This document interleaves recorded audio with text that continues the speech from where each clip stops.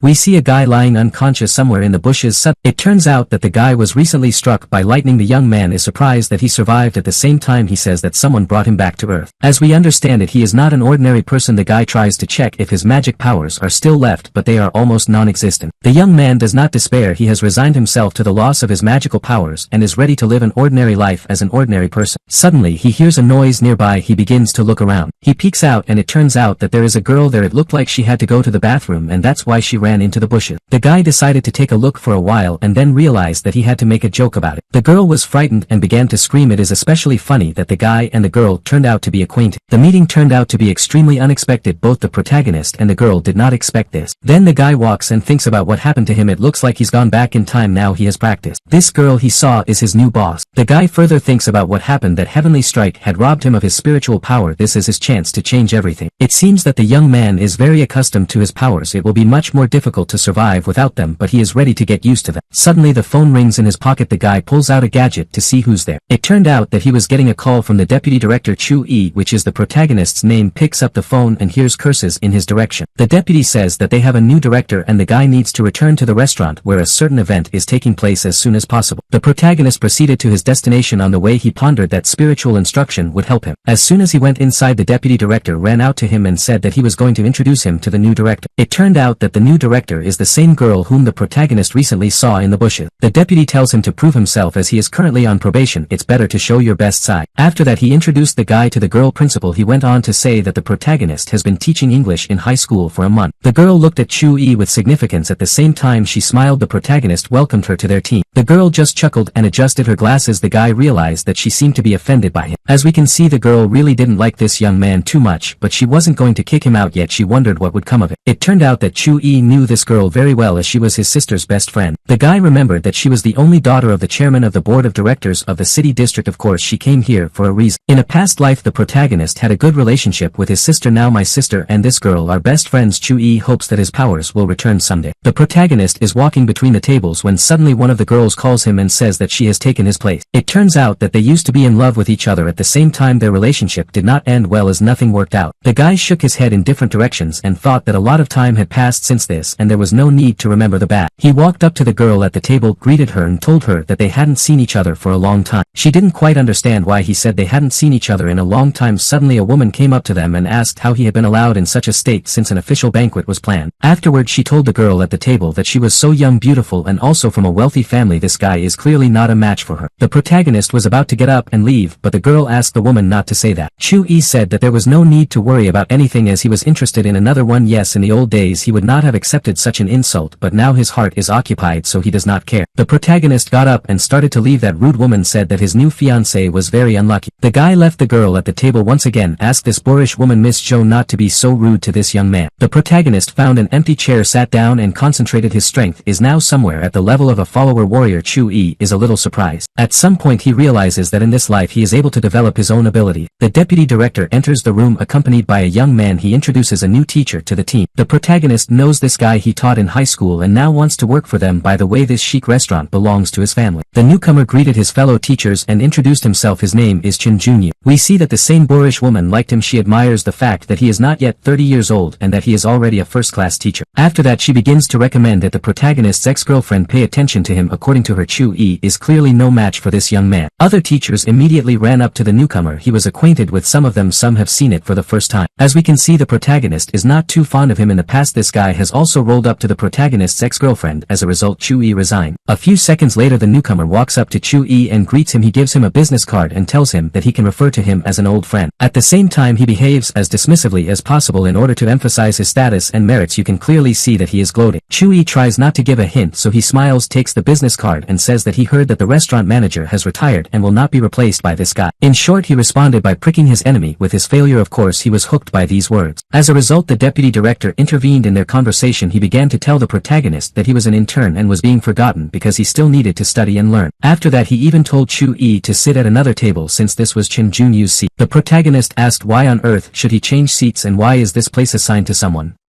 The man said he was the leader of the group, so that's it. His ex was watching as well as the very woman who didn't like Chu-yi at all. The latter was glad that the guy was in trouble. Still, Chu-yi got up from the table, but at the same time he threw a rather biting phrase in the direction of his enemy. He called the protagonist a cretin and told him to stop talking. Then he came and sat down with a glass of wine on the chair where the main character had been sitting. In this argument he clearly considered himself the winner. The same woman kept saying that Chu-yi was not only a rogue but also seemed to be completely spineless, as he easily gave up in an argument and accepted defeat. The protagonist's competitor sat and contented himself with the victory as well as the wine when suddenly one of the legs of the chair cracked and he crashed to the floor. Not only did he hit various soft parts of his body hard enough, but he also spilled wine on himself, which stained his suit. One of the waitresses immediately ran up to him. The guy began to shout that this chair was defective and did not belong in the hall. The girl reminded him that it was his family's restaurant and she was not responsible for the furniture in it. After that, Chu-yi approached him and continued to taunt. The comrade on the floor does not know what to say to him as the situation is really extremely unpleasant. He just mumbled something under his breath. As we understand it, the chair broke for a reason. It's not karma, it's Chu-yi's work. It's just that the protagonist used his inner strength and imperceptibly broke one of his legs. After amusing his ego a little, Chu-yi turned around and started to leave, but suddenly the guy stopped him and wanted to blurt out something else. In the next scene we see the guests of this restaurant sitting at the table. One of the guys suggests you go to a KTV bar. That same upstart says that he is all for it, and not only is he willing to go with everyone but he will also treat everyone there. Everyone knows that this is a very expensive place. The same woman who was rude to the protagonist admires this guy that he is ready to treat everyone. The deputy director reminds that this is a really expensive place, it won't be cheap to sit there. A guy likes to be admired. He says that all this is nothing, and in honor of their first meeting he is ready to treat everyone so that there is a good insistence. The vice principal laughs and says that they are all very lucky to have Mr. Chen, who now works at their school. The protagonist watches their table from the sidelines. In fact, almost anyone can become a teacher, but Chen Junyu's education is really fine. At the same time, the main character hopes that one day one of the students will make him lose his temper and this guy will no longer be able to work here. The crowd was about to leave and go to the very place they were talking about. Chu-yi walks behind his ex-girlfriend, slows down and finds herself next to him. She turns to him and tells him that she thinks Chi should apologize to the guy. He comes from a wealthy family and can really cause problems. The protagonist doesn't understand what he has to apologize for. The guy is confused. He reflects on the fact that he is far from an ordinary person. According to him, he is the mighty lord of hell and a true deity, but now he is in human form. Of course he is not ready to apologize. The girl says that there may be consequences. The protagonist replies to her that people with different views on life cannot cooperate. He doesn't know if the girl really wants to help him or if he's just supporting that guy. Now it's clear why they're not together. They are really very different people and do not understand each other at all, and also live by different rules. In the next scene we see the most expensive luxury establishment. Someone is having fun and someone is bored. One of the women openly flirts with teacher Chen. She asks if this place really belongs to Fang Huan. The guy thought for a moment. He knows that this man has a great deal of power here. In terms of status, the Chen family's hotel restaurant is inferior to Fang Huang's establishment. At the same time, he did not answer the girl, apparently refraining from talking about this topic. They continued to have fun as Chui sat on the sidelines. Suddenly the front door of the establishment opened and several guys in suits appeared on the threshold. They said they were looking for a fat man. It turned out that they were looking for a deputy director. The boys saw him and shouted, "There he is," and rushed to him. The plump comrade began to scream. He didn't understand what they wanted from him. He took out his phone and threatened to call the police. One of the guys began to laugh that calling the police would not help him in any way since the owner would soon arrive. The other two guys approached the deputy director and grabbed him by the arms. He began to ask someone to help him since he was not guilty of anything. A young man from the Chen family decided to intervene in this conflict and ask what was going on and what the man had done. One of the guys in suits who came for him said that this fat man had molested the owner's girlfriend. Then he recommended not to interfere in their affair. The deputy director began to make excuses that he did not know that this girl was someone's. It's just a misunderstanding, he said. Mr. Chen said that this could happen to anyone and this person could be understood. One of the guys in suits threatened him not to interfere and go about his business, otherwise they would have to force him to do it with their fists. At the same time they held the fat man by the arms and began to lead him to the exit. He in turn whined for help. Mr. Chen told him not to worry as they wouldn't abandon him, and besides they wouldn't do anything to him if he wasn't guilty. One of those guys in suits just laughed at that. He asked in response, are they all really planning to go with them? The protagonist watched what was happening. At some point he is approached by one of the teacher's colleagues. Chu-yi says that she can go after them, he'll have her back. The girl thanks him for his care. It was obvious that she was pleased with the words she heard. In the meantime the same boorish woman only said that when these guys broke in the main character was silent and now he is a hero. After a while everyone came to the very boss whose girlfriend the deputy director was glued to, which caused a conflict. She was just sitting on Fang Huang's lap when she saw the fat guy. She pointed her finger at him and said that he was the one who was touching her ass. Both the vice principal and Mr. Chen didn't know what to do. It was Fang Huang. He said that he was the owner of this very establishment. Then he got up from the couch and asked why they didn't live in peace. Mr. Chen knew that there was no need to confront this person. This can be fraught with extremely unpleasant consequences. He immediately began to try to avoid problem. Fong Huang's girlfriend walked up to the vice director and slapped him in the face saying, "Die fatty."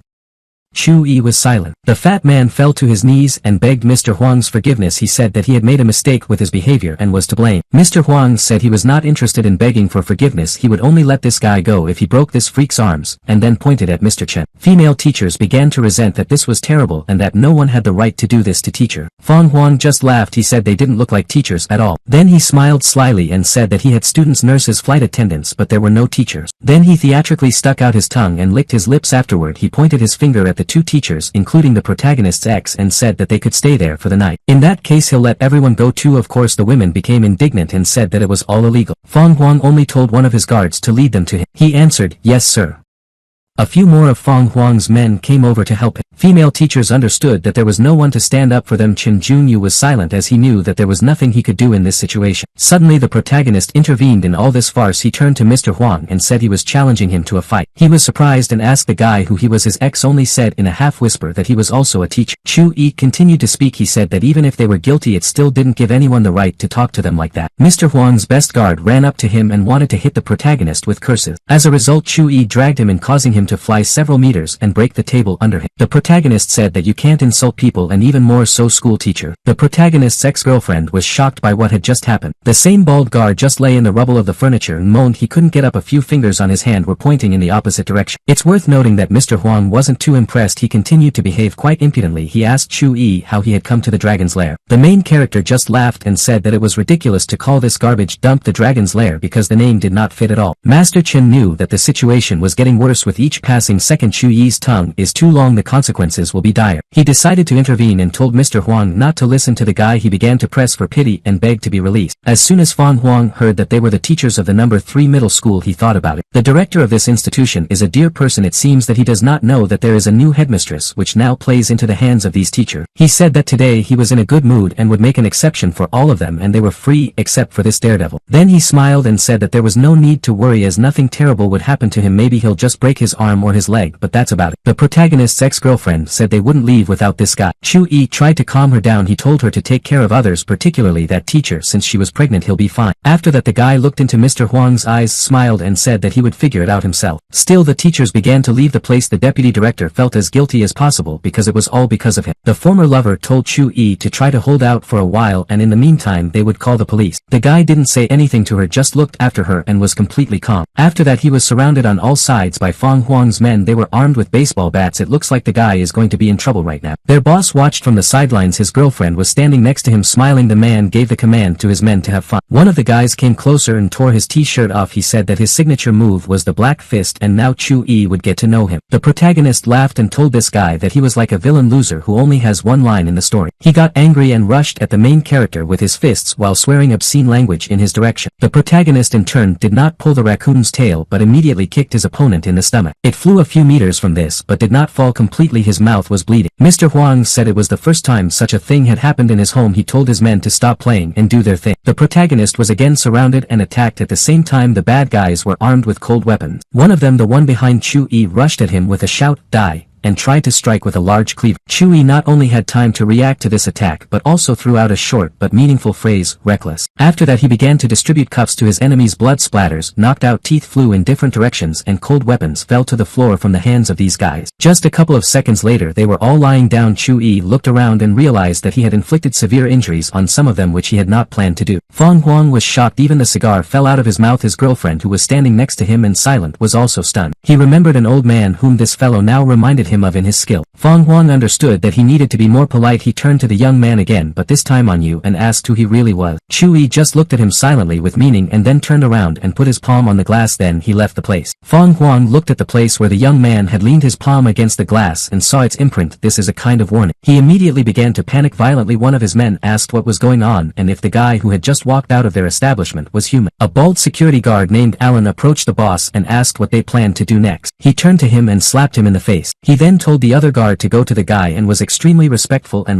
during the conversation. He guesses who this young man might be. One seems to have a plan for how to use it. Events move to the street. There the protagonist's ex-girlfriend is worried and has been looking at time for some time. The police are hesitating. The protagonist approaches them and asks why they are still here because they have already left the establishment a long time ago. The women are shocked that the guy is safe and sound. His ex asks if he's okay. Chu-yi smiled and said that he was fine. He is also a teacher and it is his job to educate. They talked to the man and went their separate ways. The girl is a little shocked. She tells Chu-yi that he did a good job and didn't let the headmaster down. The guy realizes that he did the right thing for not telling them the truth. It's better to keep it a secret. The next day came. It's early in the morning and the sun has just risen. We see the protagonist sitting in the lotus position and meditating. He thinks that he needs to find a place with a high concentration of aura. Where can you find it? The more greenery the more aura. The school is perfect for this as there is plenty of greenery there. The guy looked out the window and thought about going there. In the next scene we will see how the main character is already walking through the territory of the educational institution. Today the school is closed but it doesn't matter to him. He looks closely at where the hearth of spiritual energy is. At some point he activates the divine search and immediately sees where he needs to go. The guy wants to try to appeal to the forces of nature. If you can do this then things will go fast. Chu-yi noticed one of the trees. It is old and has a lot of hollows in it but at the same time it still continues to bloom. That means there's a lot of energy here. Thus this place is quite suitable. The protagonist decided not to waste his time but to get down to business. He concentrated and began to strike funny poses. He tried to feel the energy. At some point a small ball of energy of white and blue color formed between his hands. It seemed that Chu-yi was starting to succeed. At the same time we see that he is not alone here. A man with glasses is watching him. He is amazed by the protagonist's skill. Chu-yi managed to do what he wanted. He has attained the mastery of the martial art. At the same time he understands that the earthly energy is not enough for further advancement. Apparently he will have to search for artifact.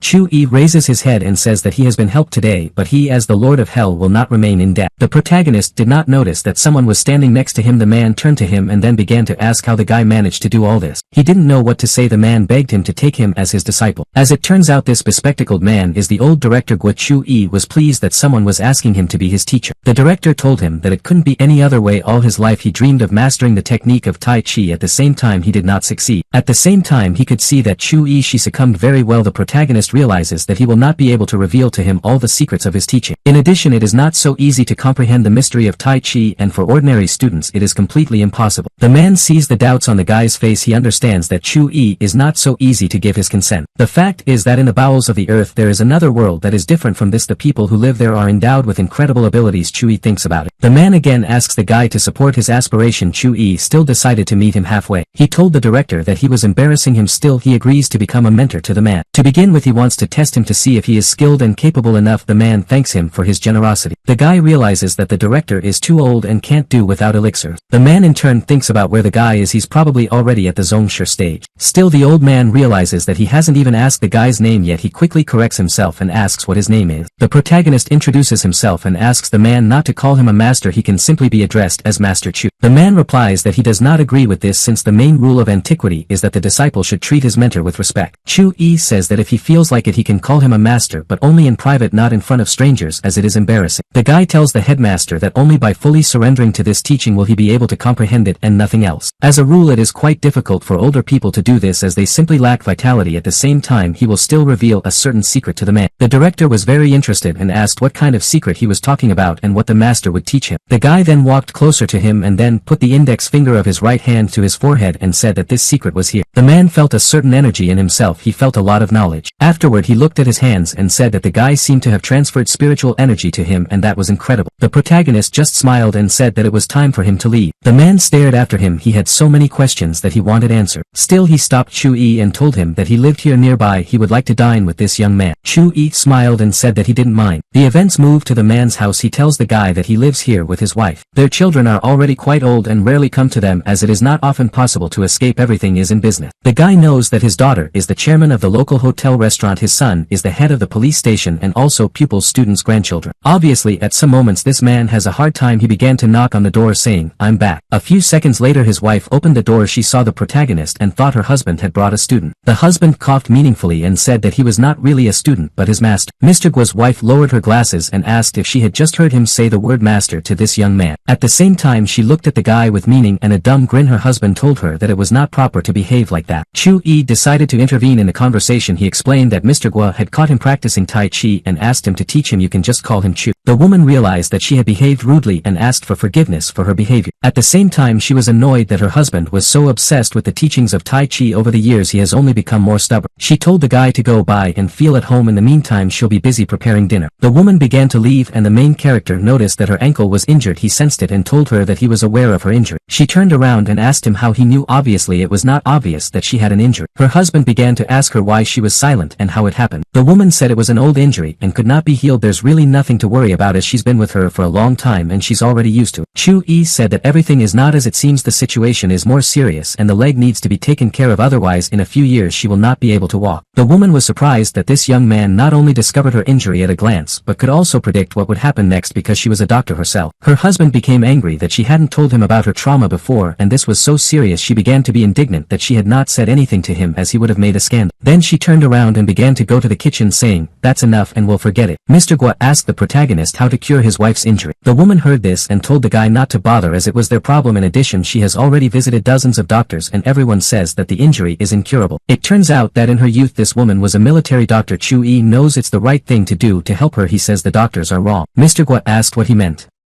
His wife didn't quite understand his words either. Still she decided to show him her leg so that he could examine it. Chu-yi bent down and inspected her ankle. He said it was nothing and everything could be fixed. He put 2 fingers of his right hand on her leg and in just a couple of seconds the injury disappeared. Needless to say the woman was shocked. The guy was able to do what dozens of doctors couldn't and with just one touch. She asked him what kind of technique it was. The woman realized that he could become a real specialist. Chu-yi explained that it was a Tai Chi technique. At the same time you can't do without a massage. Then the guy got up and began to tell the man what to do next. This can be combined with the bagua intake, the area where the injury needs to be massaged for a month, then the problem will disappear completely. The man thanked the guy for the training. Afterwards he told his wife that she had underestimated the young man in vain as he was indeed a master. The woman felt uncomfortable. She told the guy that he was definitely very talented and she wanted to invite him to work at the university as a thank you. She is sure that he does not belong in school. Her husband began to get angry that she had such an attitude towards school and by doing so she was ruining his reputation. The protagonist only watched this married couple in silence with tenderness. After a hearty meal the man offered tea to the protagonist. At the same time he behaved as if at an official ceremony. At that moment his granddaughter entered the room. She saw all this and didn't understand what was going on or why her grandfather was on his knee. As it turns out she knows the protagonist as he teaches with her. She was surprised to see him here. She was no less surprised that her grandfather called the guy a master. It is worth noting that the headmaster himself has only now realized that Chu-yi is the same intern from school. It's funny that the girl called the guy Quiet. This is his nickname at school as he never snaps at the student. The girl ran up to her relative and began to explain that this guy was an ordinary teacher and there was no need to call him a master. He must have deceived him. The grandfather barked at his granddaughter and told her to shut her mouth. Afterwards he said that she owed the young man an apology for her words. Instead of asking for forgiveness for her behavior the granddaughter only began to yell at the protagonist even more. She called him a deceiver again. Chu-yi smiled in response and asked the girl if she had done her homework. As far as he can remember he gave 10 books to read. The girl looked at him maliciously. If there wasn't a man no woman here I definitely wouldn't have said hello to the guy. At some point the girl turned around and began to leave saying, "I need to meet my father." Chu-yi told the girl that she was kind of mean today. She'd better stay at home tonight so she doesn't get into trouble. Hearing this the girl became even angrier. After all he can croak and then something bad will happen. However she did not listen to him and began to leave. Before she could cross the threshold of her house she clung to herself and fell to the ground. Chu-yi only replied that he had spoken. Mr. Guo wondered, can this guy see the future? The events take place in middle school number 3 where the protagonist worked. We see him in costume walking through the halls of the school. He hasn't been here in a long time. He opened the door to the classroom and knew full well that he was in for a prank. A glass of water immediately flew at him from above which was supposed to douse him from head to toe. At the same time the guy is not so easy. He caught the glass and only a few drops of water fell to the floor. The protagonist laughed and told the students that he didn't think they missed him that much. The guys began to laugh in response. They openly teased him but not out of anger. Chu-yi walked into the classroom and noticed that the floor was soapy. It's a pretty old trick. We understand that Mr. Guo's granddaughter did it. She looks forward to what will happen next. Chu-yi walks carefully and praises the guys for the fact that the floors are so clean. The girl even broke her pencil out of anger. One of the guys who is the head of this group says Chu-yi that he doesn't have enough experience to teach and be a homeroom teacher. By the way his father is the head of the district. Chu-yi responds,